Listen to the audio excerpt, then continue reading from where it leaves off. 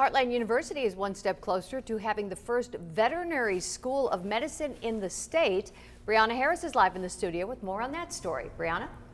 Kathy, Murray State University broke ground this afternoon on what will be the Veterinary Science Building. Now, school leaders shoveled the first mounds of dirt at the university's West Farm just a couple hours ago. When it's finished, the building will be used by students majoring in veterinary technology and pre-vet medicine. Murray State has more students enrolled in those programs than any other university in Kentucky.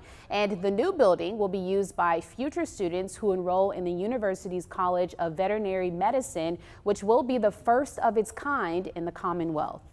I've had lots of students who say, I have a family or I have a farm and I really can't move out of state to attend veterinary college, but I would really like to. So this enables them to have a location right here within Kentucky.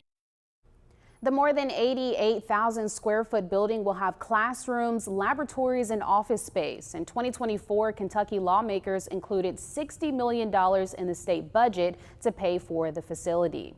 Construction of the building is expected to be finished in 2028. Live in the studio, Brianna Harris, Heartland News.